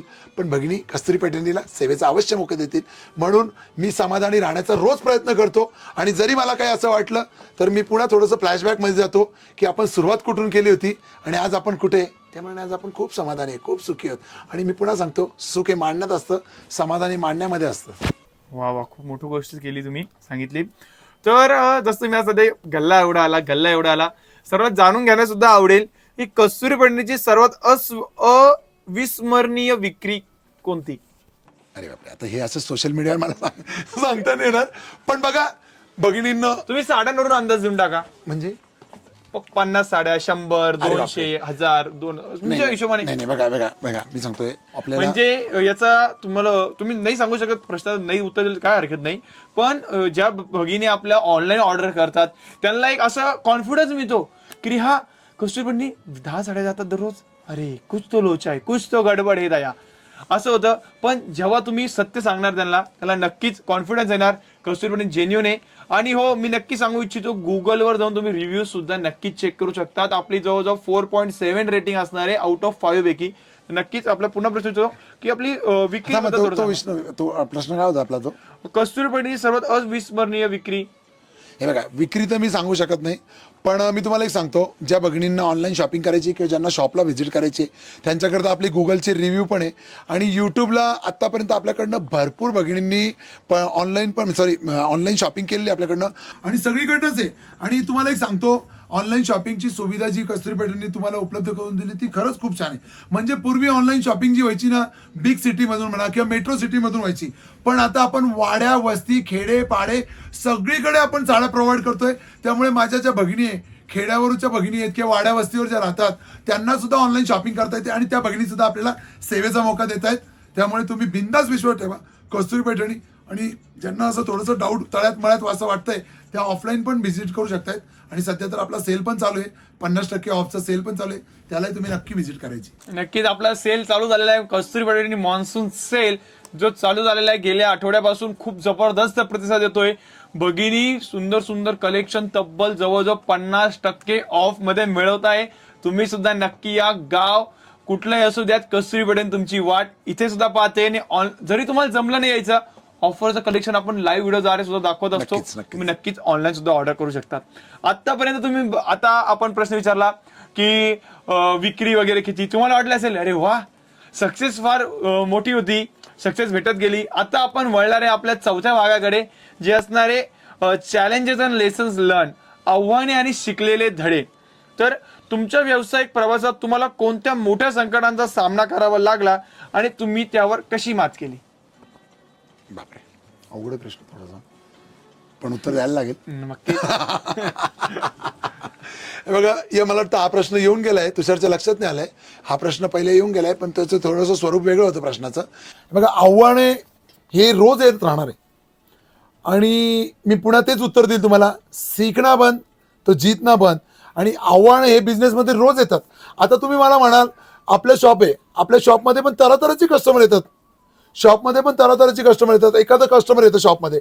आता नॉर्मली आपण जेव्हा कस्टमर शॉपमध्ये आल्यानंतर, आता ज्यांचे शॉप आहे त्यांना माहिती आहे, ज्यांचे शॉप असतील किंवा जे व्यावसायिक असतील त्यांना माहिती आहे की बिझनेस म्हणजे जे आपण कस्टमर जेव्हा शॉपला येतो त्यावेळेस आपण काय विचारतो. आणि जे जॉब करणारे त्यांना शक्यतो या गोष्टी माहिती नसतील, पण जे व्यावसायिक आहेत, ज्या भगिनी आहेत, जे बंधू माझे पॉडकास्ट आता बघतायत, जे व्यावसायिक आहे, कस्टमर जेव्हा शॉपला येतो तेव्हा आपण नॉर्मली विचारतो ताई असेल किंवा भाऊ असेल, ताई तुम्हाला साधारण किती रेंजपर्यंत साडी हवी आहे, आणि किंवा तुम्हाला कशी रेंजची साडी हवी आहे किंवा कसा प्रकार हवा आहे, पैठणीमध्येच हवा आहे की सेमी पैठणीमध्ये हवा आहे, आणि साधारण तुमची रेंज कशी असणार तेही आम्हाला सांगा. तर काही भगिनी काय सांगतात, भाई आम्हाला एक साधारण 2-3 हजारपर्यंत दाखवा ना, छान दाखवा, असे पटकन झटकन आवडेल अशी दाखवा, किंवा असं पदरावर एखादा मोठा मोर हवा आहे, किंवा पदर असे टिपिकल पैठणी बॉर्डर पाहिजे, किंवा बुट्टा पाहिजे, किंवा ऑलर बुट्टा पाहिजे, किंवा शोल्डर बुट्टा पाहिजे, असंही भगिनी सांगतात. आणि पण काही भगिनी कशा असतात, नाही भैया असं काही आम्ही ठरवलं नाही, दाखवा ना तुमच्याकडे तुमच्या दुकानामध्ये किती ते कितीपासून साड्या असतील, आम्हाला कमी स्टार्ट टू एंड पर्यंत दाखवा. आता कसं आहे बघा, प्रश्न कसा आहे, त्यांनी कसं उत्तर दिले बघा, स्टार्ट टू एंड पर्यंत. आता आपल्याकडे 500, 600, 700 पासून साडी आहे, तर मला वाटतं जवळजवळ 50,000 पर्यंत साडी आहे. तर मग आपण इतक्या साड्या दाखवायचे म्हटल्यानंतर, इतके प्रकार दाखवणं म्हटल्यानंतर आपल्याला शक्य आहे का इतके सगळे प्रकार दाखवणं, इतकं सगळं रेंज दाखवणं. आणि मग हे सुद्धा एक आव्हानच झालं की नाही आपल्याकडे. नक्कीच, हे नक्कीच. असं कस्टमर करणं सुद्धा आव्हान होतं. किंवा कधी कधी बघा, आपण बघा व्हिडिओमध्ये काय सांगतोय की आपल्याकडनं जर का तुम्ही प्रोडक्ट मागवलं आणि कलर आम्ही जर का तुम्हाला सेम दिलेला आहे, कलर जर का तुम्हाला आम्ही सेम दिलाय, सेम प्रोडक्ट दिले, तर आपल्याकडे कुठली रिटर्न एक्सचेंज पॉलिसी नाही. त्याचं रिझन पण मी व्हिडिओमध्ये सांगितलंय, इथे थोडक्यात तुम्हाला सांगतो. आता समजा ही डाळिंबी रंगाची आणि पोपटी कलरची साडी तुम्ही मागवली समजा, आणि ही 12,500ची पैठणी आहे. त्यानंतर तुम्ही कशी ती ओपन केली, कशी हे केली, मला काय सांगतील का, हे प्युअर सिल्क वस्त्र आहे, याला पाणी जरी पडलं तरी पाण्याचे डाग पडतात, कारण की ही ड्रायक्लीन साडी आहे. आणि मग अशा वेळेस तुम्ही मला म्हणतात, नाही भैया मला फोटो जरा वेगळा दिसतो, प्रत्यक्षात जरा वेगळा दिसतोय, त्यामुळे आपण रिटर्न एक्सचेंज पॉलिसी ठेवलेली नाही. आणि मग अशा वेळेस कस्टमर मग माझे अमुक पोलीसमध्ये, मग मी कंझ्युमर फोरममध्ये जाईल. ताई बघा, तुम्ही कंझ्युमर फोरममध्ये जा, पोलीस स्टेशनमध्ये जा, मी तुम्हाला जे प्रोडक्ट दाखवलंय तेच तुम्हाला दिलेलं आहे, बरोबर. त्यानंतर तुम्ही मला म्हणाल की मी कंझ्युमर फोरममध्ये जाईल आणि तुम्ही मला माझे अमुक पोलीसमध्ये, जजमध्ये, वकील आहे, यामध्ये मी बसतच नाहीये. तुम्ही जे प्रोडक्ट मागवलंय तेच मी तुम्हाला दिलंय. आणि त्यानंतर कुठलंही, आम्ही व्हिडिओमध्ये पण सांगतोय की आमच्याकडे काही रिटर्न एक्सचेंज पॉलिसी नाहीये, आणि ते बघूनच तुम्ही ऑर्डर केलेली आहे. मग हे सुद्धा एक चॅलेंज होतं की नाही? नक्कीच, म्हणजे मी नक्कीच. तुम्हाला बघा दोन्ही चॅलेंज म्हणजे सांगितले. आपण नक्कीच म्हणू शकतो, जेवढे ग्राहक तेवढे वेगवेगळे हा. प्रकारचे चॅलेंजेस असू Yes. शकतात. प्रत्येक ग्राहकाची मानसिकता वेगळी असते, आवडणाऱ्या साड्या वेगळ्या असतात. काही जणांना प्युअर पैठणी आवडते, काही जणांना प्युअर पैठणी कॉटन पण आवडू शकते. 2 मिनिटं. हे बघा, चॅलेंज आता तुषारने विचारलं तर, आव्हान विचारलं तर चॅलेंज आपल्याला हे ऑफलाईन पण आहे आणि ऑनलाईन पण आहे. चॅलेंज हे आपल्याला ऑनलाईन पण आहे आणि ऑफलाईन पण आहे, आणि रोज आहे चॅलेंज, रोज आहे. सकाळी शॉप ओपन झाल्यापासून ते ऑनलाईन तुम्ही रिप्लाय करायला लागल्यापासून तर रात्री झोपेपर्यंत चॅलेंज हे रोज आहे. आणि त्याशिवाय जीवनाला मजा पण नाही आणि व्यवसायाला पण मजा नाही. आणि मी तर म्हणेन की ज्याच्या व्यवसायामध्ये चॅलेंज नाही ना, तो प्रगती करू शकत नाही. अरे वा, म्हणजे चॅलेंज, प्रगती करण्यासाठी सुद्धा आपल्या समोर अडचण आली, अडचणीतून आपण शिकत जातो, त्यासुद्धा आणि त्याचं सोल्युशन निघतं, त्याचं सोल्युशन निघतं. नक्कीच. तर सर्वांचा एक अपेक्षा असते, कस्तुरी पैठण ठीक आहे हो, तुमच्या स्पर्धकांचं काय? कस्तुरी पैठणीचं ठीक आहे, तुमच्या स्पर्धकांचं काय? तर तुम्हीच कमेंट केल्याबद्दल आपण प्रश्न घेतलेला आहे, तुमच्या स्पर्धकांकडून तुम्ही काय शिकलात? बापरे, अवघड प्रश्न आहे थोडासा, पण तरी मी उत्तर देईल तुम्हाला, कारण की उत्तर नाही दिलं तर माझ्या भगिनी नाराज होतील. हे बघा, स्पर्धा हा मुळात आजचा जो युग आहे ना, तो युगच मुळाचा स्पर्धाचा आहे. बरोबर. कुठे स्पर्धा नाहीये, स्पर्धा कुठे नाहीये, जसं मला तुम्ही सांगा ना, स्पर्धा कुठे नाहीये. स्पर्धा आपण पुढे पहिले साध्या मुलाला शाळेत टाकतो, कुठला केजी पासून, AG. तिथून आपण स्पर्धा करतोय. पण स्पर्धा करा, पण मी सांगेल स्पर्धा कोणाशी करायची? स्पर्धा स्वतःशी करायची. माझी स्पर्धा ही मोठ्या मोठ्या कुठल्या दुकानदाराशी नाहीये, कुठल्या युट्यूबरशी नाहीये, कुठल्या कोणी लाईव्ह घेऊन येणाऱ्या एखाद्या महिलेशी नाहीये, किंवा कुठल्या एखाद्या शॉपकीपरशी नाहीये. माझी स्पर्धा ही माझ्याशी असणार आहे. आणि मी आज जिथे आहे तिथून उद्या मी 1% पुढे जाण्याचा प्रयत्न करणार आहे. 1% मी रोज 1% डेव्हलप करणार आहे. म्हणजे मी वर्षाकाठी 3.5% डेव्हलप करणार आहे. तुम्ही विचार करा. आणि कधी पण मी सांगतोय, तुम्ही एज्युकेशनल म्हणजे शिकणारी मुलं असोत, व्यावसायिक असो किंवा गृहिणी असू दे, तुम्ही सुद्धा सर्वांनी कुठल्या जाऊबाईशी स्पर्धा करायची नाही, कुठल्या नंदेची करायची नाही, सासूची करायची नाहीये. स्पर्धा ही गृहिणींनी स्वतःची करायची आहे. आणि माझ्या भावांनी सुद्धा व्यवसाय असू दे, शिकणारी मुलं असू दे, एज्युकेशनल मुलं असू दे, त्यांनी सुद्धा स्पर्धा स्वतःची करायची आहे आणि स्वतःला इम्प्रूव्ह करायचंय. आज मी इथे आहे ना, मी आज 100%, मी उद्या 101% होईल, उद्या मी 102% होईल. म्हणजे 1% वाढवत जायचंय हळूहळू. तुम्ही स्वतःला मी 8%, 100% मी उद्या लगेच मी डबल करेल, स्वतःला डेव्हलप करेल. मी 200% होऊ शकत नाही. तुम्ही आज जर का माझं वजन जर 90 किलो आहे आणि मी जर का म्हटलं मला उद्याच्या उद्या 10 किलो वजन कमी करायचं तर ते होऊ शकतंय? नाही होऊ शकत. हा, पण मी जर का म्हटलं मला उद्या माझं आज माझं वजन 90 किलो आहे, मला उद्या माझं वजन 89 किलो करायचंय, तर ते पॉसिबल आहे. ते पॉसिबल आहे, ते शक्य आहे मला.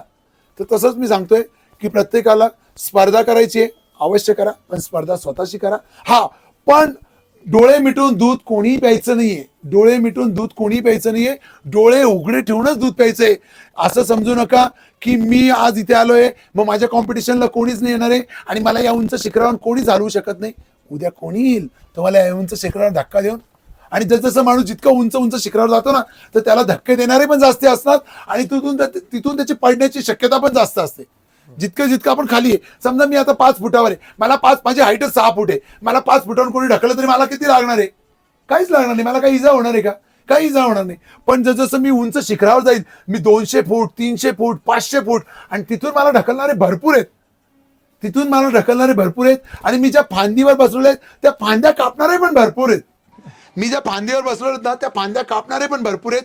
पण मी डगमगणार नाही, घाबरणार नाही, रुकेगा नहीं, थकेगा नहीं. कस्तूरी पैठणी आपके लिए रोज अच्छा बढ़िया बढ़िया कलेक्शन लेके आएगा. ऑफलाइन, ऑनलाइन और न्यू आगे जो डेवलप होगा वो आपके सामने रहेगा. थांबायचं नाहीये, स्पर्धकांकडून सुद्धा शिकत राहायचंय.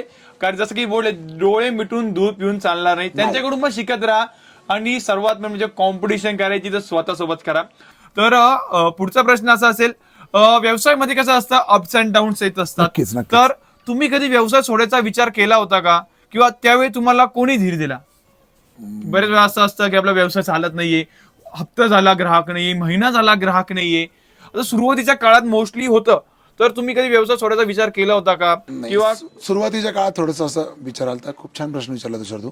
सुरुवातीच्या काळामध्ये ज्यावेळेस आपण नवीन बिझनेस चालू केला, थोडंसं भांडवलही कमी होतं, स्टॉकही थोडा कमी होता आणि कस्टमरांना कसं असतं बघा, गृहिणीला समजा आता एक पैठणी घ्यायची, आता ही एक पैठणी गृहिणीला परचेस करायची, पण तिला जर का तुम्ही म्हटलं ताई बघा माझ्याकडे हा एक कलर आहे, हा पण एक छान कलर आहे, तुम्हाला हवा असेल तर बघा, मस्त कलर आहे, आवडतो का बघा तुम्हाला, हा पण एक मस्त कलर आहे, तर जांभळा कलर घ्या ना, जांभळा पण खूप छान आहे कलर, बघा हा पण मस्त कलर आहे, तुम्ही हाही घेऊ शकताय. आणि ताई सध्या ट्रेंडिंगमध्ये बघा लाईट शेड पण चालतात पैठणीमध्ये, तर तुम्ही हा पिस्ताही कलर घेऊ शकताय. आणि हा एक माझ्याकडे एक ऑरेंज कलर पण आहे ताई, सध्या ट्रेंडिंगमध्ये हा पण कलर आहे. मग मी ताईंना किती दाखवल्या साड्या, 1 2, हा एक जांभळा कलर 3, आणि हा थोडासा म्हणजे थोडासा Madhuri Dixit style sea green type colour थोडासा, आणि हा एक तुमचा डाळिंबी कलर.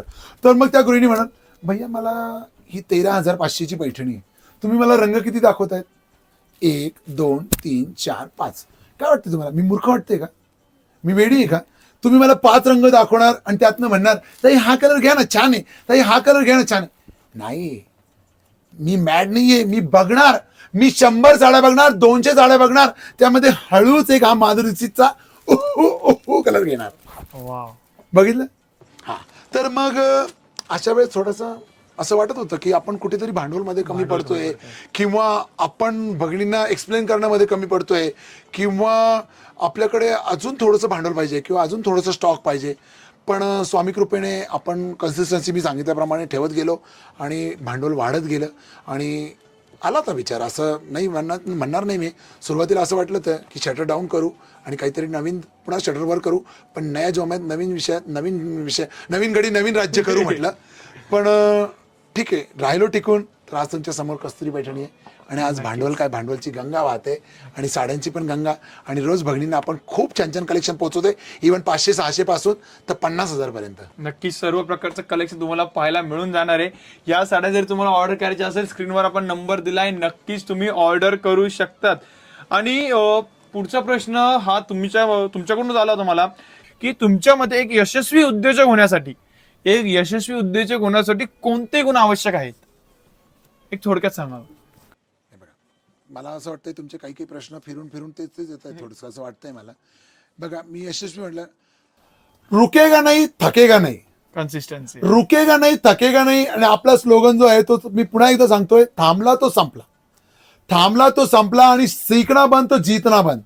त्यामुळे कोणी बिझनेसमध्ये पुन्हा तोच विषय तो, की किती चढ उतार येऊ द्या, किती चढ उतार येऊ द्या, किती प्रॉब्लेम येऊ द्या, घाबरायचं नाही, थांबायचं नाही, रुकायचं नाही. बरोबर यश तुम्हाला मिळत जाणार आहे, बरोबर तुम्हाला यश मिळत जाणार आहे.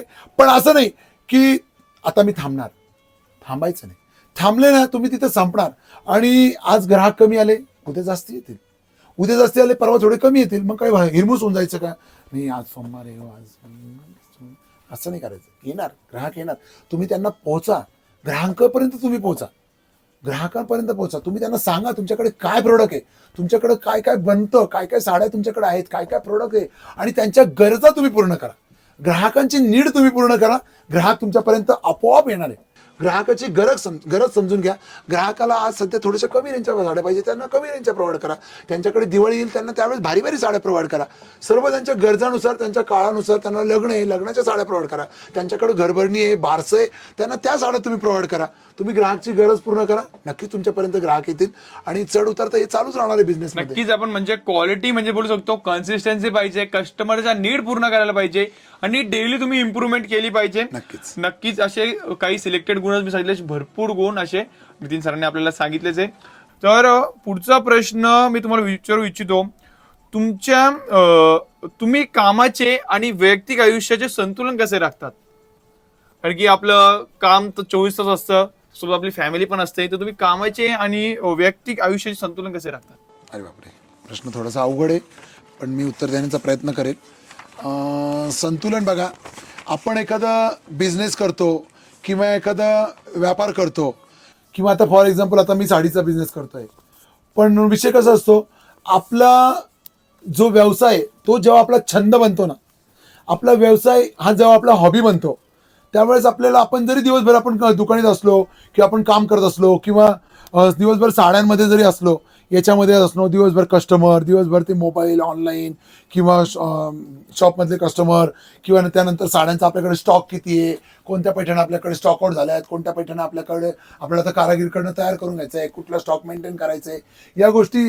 पण आपला हा छंद, आपला जो व्यवसाय, तोच आपला जेव्हा छंद बनतो, तेव्हा हॉबी बनतो, त्यावेळेस आपल्याला त्याचं म्हणजे असं काही असं खूप जीवावर आल्यासारखं वाटत नाही, किंवा आपण त्याच्यामध्ये दिवसभर रमून जातो.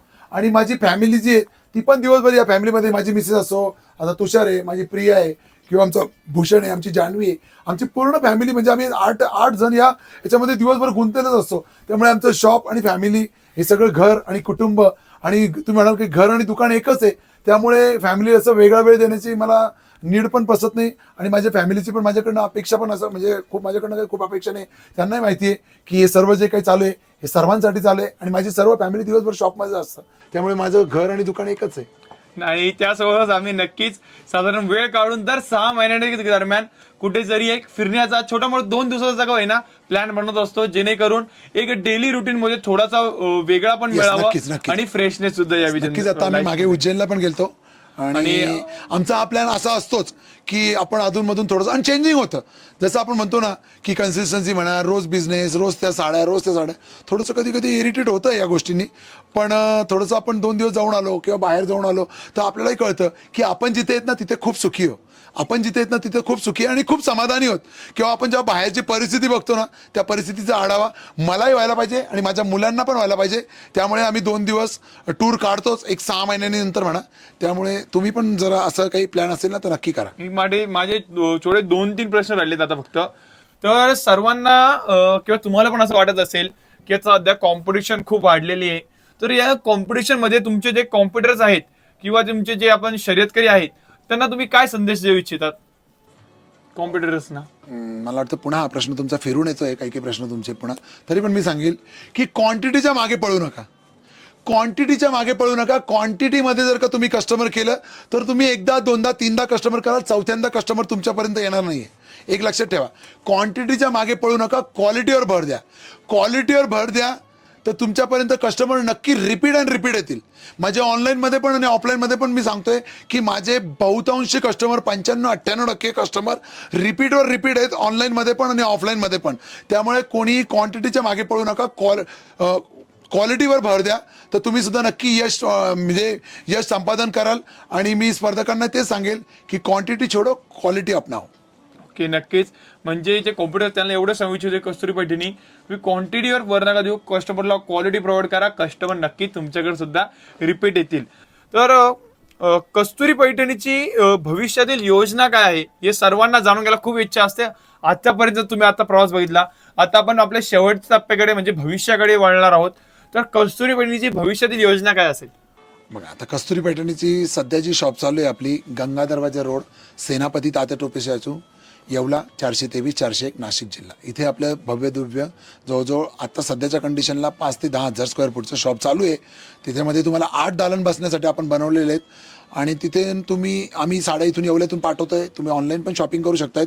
आणि ज्यांना काही थोडंसं तळ्यात मळत असेल किंवा ज्यांना लग्नाची शॉपिंग करायची असेल, साखरपुड्याची शॉपिंग करायची असेल किंवा ज्यांना बल्कमध्ये घ्यायचे असतील तर ते बघा, खूप छान छान पैठण्या पाठीमागे पण लावले आहेत. तुम्ही शॉपला पण व्हिजिट करू शकताय.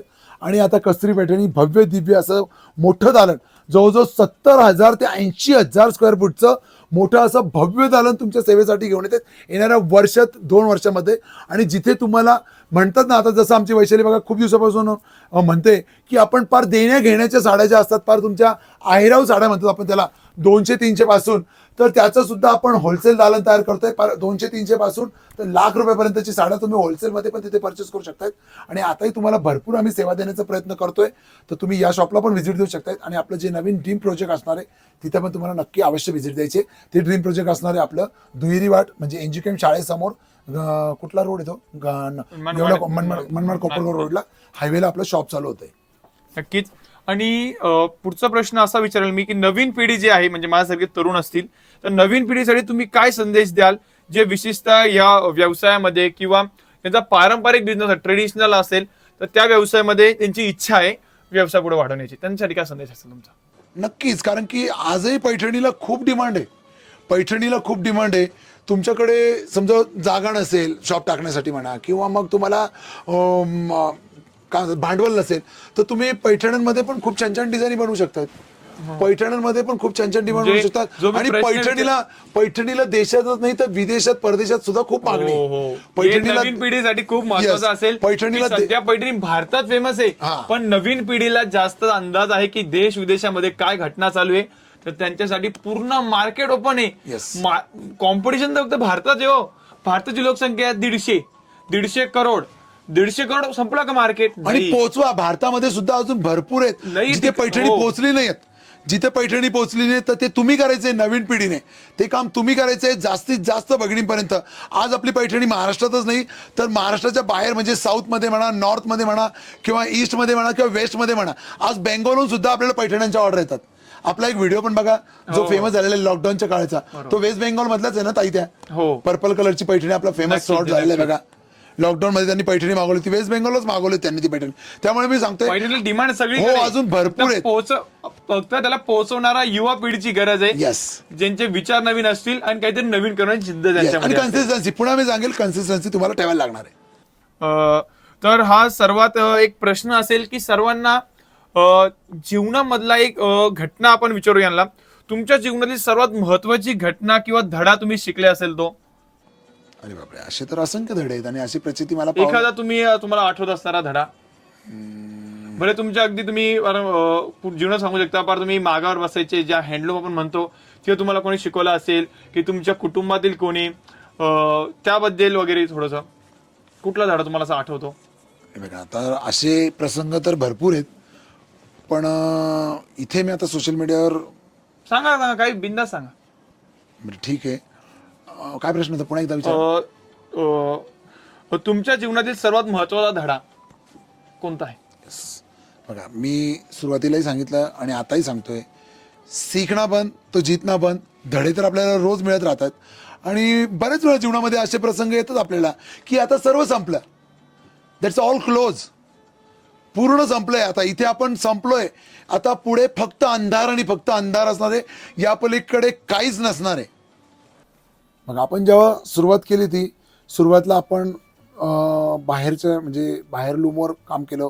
मी तुम्हाला सांगितल्याप्रमाणे पदराचं काम केलं, विविंगचं काम केलं, बुट्टीचं काम केलं, सर्व पूर्ण साडी बनवण्याचं काम आपण बाहेर केलं.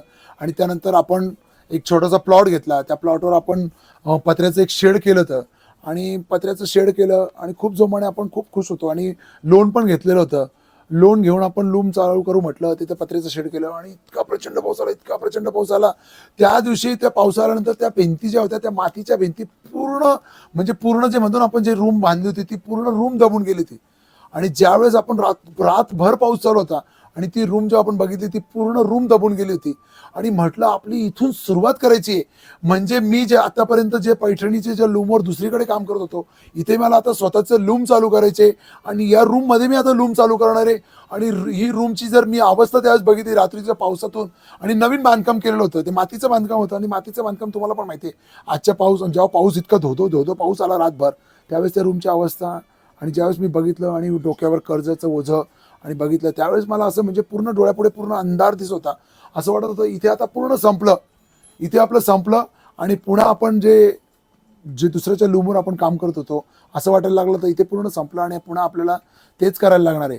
पण भगवंताची साथ मिळत गेली आणि भगिनींचा तुमचा आशीर्वाद आणि थोर मोठ्यांचा आशीर्वाद, म्हणजे आईवडिलांचे आशीर्वाद आणि माझ्या सगळ्या कुटुंबाची साथ माझ्यासोबत होती. त्यामुळे आपण डगमगलो नाही.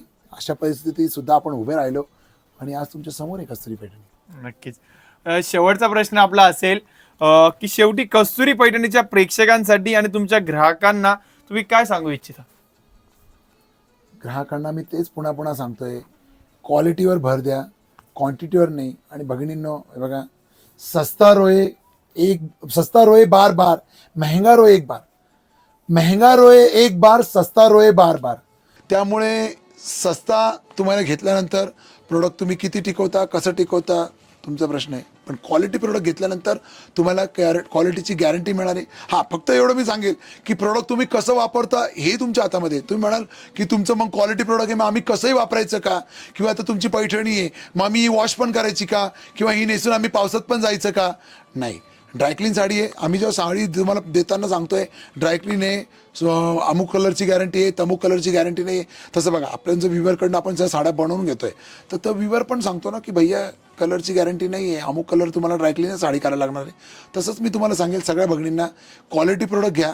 कस्तुरी पैठणीला तुमच्या ऑनलाईन आणि ऑफलाईन सेवेचा एक वेळ अवश्य मौका द्या.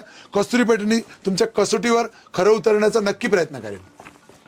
नक्कीच. जर का तुम्हाला सुद्धा या सुंदर सुंदर पैठण्या ऑर्डर करायच्या असतील, स्क्रीनवर आपण नंबर प्रोव्हाइड केलेले आहे.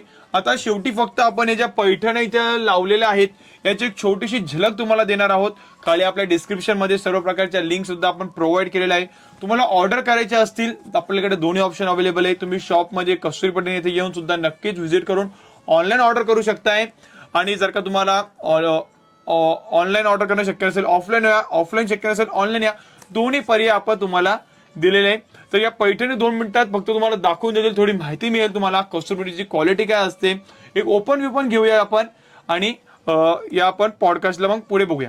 दाखवा एकदा ही पैठणी. हे बघा, आज आपण आणि आपण पाहणार आहोत सिल्क कसं ओळखायचं, सिल्क मार्क काय असतं. तुम्हाला कस्तुरी पैठणी एक कस्टमर फक्त पैठणी देत नाही, एक आनंद देते, एक कला तुमच्यापर्यंत पोहोचवण्याचं काम करते. आपलं स्लोगनच असणार आहे की पैठणीचा आनंद कस्तुरी पैठणी सोबत. तर आता आपण जी पैठणी आज इथे आणलेली आहे ही डबल पल्लू पैठणी बघा, 14 मोरांचा टिपिकल डबल पल्लू आहे. दिसतोय का? 14 मोरांचा टिपिकल डबल पल्लू आहे आणि थोडा जो कलर आहे 2 टोन वाला कलर आहे. आणि शक्यतो पैठणीमध्ये 2 टोन कलर घेत चला भगिनींनो, कारण की धुपछाव कलर जे असतात ना, ही धुपछाव कलरची पैठणी समजा तुमचा पाण्याचा डाग पडला किंवा काही सांडलं लवणलं तरी ते स्टेन पटकन दिसून येते 2 टोन कलरवर. आणि 2 टोन कलर हे कधी लवकर जुने होत नाही, म्हणजे हे चमक, याची ग्लेज जात नाही बघा. येस, तर याच्यामधले कलर पण दाखवतो. ही साडी जर का तुम्हाला ऑर्डर करायची असेल तर ही साडी सध्या आपण ऑफरमध्ये देतोय 12,500 रुपयाला. तर तुम्हाला ऑर्डर करायची असेल तर याचाही तुम्ही स्क्रीनशॉट काढून घ्या. क्वालिटी प्रोडक्ट नक्कीच आपल्याला Yes. मिळणार. आणि तुम्ही यातले तुम्हाला रंग पण दाखवतो आणि सगळ्यांनी पदर ऑलमोस्ट सेम असणार आहे 14 मोहरांचा. सर्व साड्यांचे जे पदर असणार आहे 14 मोहरांचा पदर असणार आहे. तर तुम्ही पटापट सर्वांनी जर का तुम्हाला साडी हवी असेल त्याचं स्क्रीनशॉट काढून घ्या. हा डाळिंबी पिंक कलर आहे, त्याला पोपटी कलरचं कॉम्बिनेशन असणार आहे आणि हा सध्या ट्रेंडिंग मध्ये असणारा हा जांभळा कलर असणार आहे, सेल्फ मध्ये असणार आहे आणि ऑलमोस्ट सर्व साड्यांची जी प्राइस असणार आहे 12,500 रुपये. जर का कोणाला लाईट असा पिस्ता कलर पिंक कलर कॉम्बिनेशन मध्ये पाहिजे असेल तर बघा, काही भगिनी म्हणतात की आम्हाला इंग्लिश कलर किंवा थोडेसे पेस्टल शेडमध्ये पाहिजे असेल तर त्यांनी याचाही स्क्रीनशॉट काढून घ्या. आणि आता हा ऑरेंज कलर असणार आहे, हे पण दाखवायचे बाकीचे. नाही तर बाकीचे जेवढे काही रंग असेल तुम्ही आपण screenshot काढून नक्कीच, घ्या. तुम्ही स्क्रीनशॉट काढून जरी व्हॉट्सअपला मेसेज केला तर तुम्हाला व्हॉट्सअपला पूर्ण मोठ्या व्हिडिओची लिंक प्रोव्हाइड केली आहे. हे पाठीमागचे झलक आहे हो. हे पाठीमागे आम्ही फक्त 20-30 रंग दाखवले. कस्तुरी पैठणी जवळ 70-80 जवळ 100 रंग सुद्धा तुम्हाला पैठणीमध्ये पाहायला Yes. मिळून जातील. खूप सुंदर असा आपला आजचा पॉडकास्ट होता. कस्तुरी पैठणी फक्त नाव या साडीसोबत तुम्हाला इंडियन गव्हर्नमेंट सिल्क मार्क सुद्धा मिळणार आहे. येस, सिल्क मार्क मिळणार आहे. जसं सोन्याला हॉलमार्क असतो तसं तुम्हाला पैठणीला सिल्क प्युअर जी साडी आपण घेतोय सिल्क मार्क असतं त्याला बघा. म्हणजे शुद्धतेचं 100% हे असतं आणि पार्सल तुम्हाला अशा बॉक्समध्ये येणार आहे. आपलं प्रत्येक पार्सल बॉक्स मध्ये येतं. तुम्ही जर का साधारण 1000 रुपयाची पुढचं शॉपिंग केली तुम्हाला बॉक्स मिळणार, तुम्हाला कसुरीचा कार्ड सुद्धा मिळणार आहे, सिल्क मार्क मिळणार आहे, तुम्हाला इन्स्ट्रक्शन कार्ड म्हणजे पैठणी यूज कशी करते त्याबद्दल पण. आणि सध्या आपण नवीन मोहीम केलेली आहे, गिफ्ट कुपन सुद्धा देतोय आपण. पैठणी शॉपिंग करा, गिफ्ट कुपन मिळवा, सिल्क मार्क मिळवा, पैठणी मिळवा. आणि येत्या प्रसंगी आपण जेव्हा काही सण सुद्धा आला तर वेगवेगळ्या प्रकारचे आपण ऑफर सुद्धा नक्कीच लॉन्च करत असतो. तर आजच्या आपल्या पॉडकास्टमध्ये होते नितीन चंद्रकांत खानापुरे, माझे वडील. त्यांच्याकडून आपण सर्व माहिती जाणून घेतली कस्तुरी पैठणीच्या सुरुवातीपासून अगदी त्यांच्या बालपणापासून ते आतापर्यंतचा प्रवास. तर पार्ट फ्युचरमध्ये त्यांचा काय प्लॅन आहे जसं की त्यांनी सांगितलेलं आहे. आपलं एक भव्य दिव्य शॉप लवकरच ओपन होतंय. जवळ 70-80 हजार स्क्वेअर फूटचं जे शॉप असणार आहे ते आपल्याला नक्कीच ओपन होतंय मनमाड शिर्डी हायवेला. पण तुमचा सर्वांचा एक जो प्रश्न आहे, सर्वात महत्वाचा प्रश्न, की कस्तुरी पैठणी हे नाव कसं पडलं. तुझा अजून सुद्धा प्रश्न असेल कस्तुरी पैठणी हे नाव कसं पडलं, याचं उत्तर आपण आजही देणार नाहीये ज्या टायमाला आपले कम्प्लीट 10 लाख सबस्क्राईबर पूर्ण होतील. कारण की यावर सेपरेट एक पॉडकास्ट होऊ शकते. कस्तुरी पैठणी नाव हे असंच पडलेलं नाहीये, त्या पाठीमागे खूप मोठं कारण असणार आहे. जेव्हा आपले 10 लाख सबस्क्राईबर पूर्ण होतील तेव्हा आपण नक्कीच सांगणार की त्याकरता लवकरात लवकर कस्तुरी पैठणीचे 10 लाख त्यासाठी subscribe तुम्हाला काय करायचं आहे, लवकरात लवकर तुम्ही सबस्क्राईबचं बटन क्लिक करा आणि 10 लाख करा. सेपरेट पॉडकास्ट करणार त्यामध्ये, जसं की आता नितीन सर बोलले, मी तर कोणाचं नाव नाही घेऊ शकत, हेही बोलू नाही शकत. त्या टायमाला तसं काहीच नसणार आहे. आपण सर्व जग जाहीर सर्वांसमोर सांगणार की कस्तुरी पैठणी नाव कसं पडलं. तर तुम्हाला पॉडकास्ट कशी वाटली नक्कीच कमेंट करून सांगा. आणि धन्यवाद. असेच पॉडकास्ट बघण्यासाठी किंवा साड्यांचं कलेक्शन पाहण्यासाठी कस्तुरी पैठणीला चॅनलला सबस्क्राईब करा. थँक्यू. थँक्यू.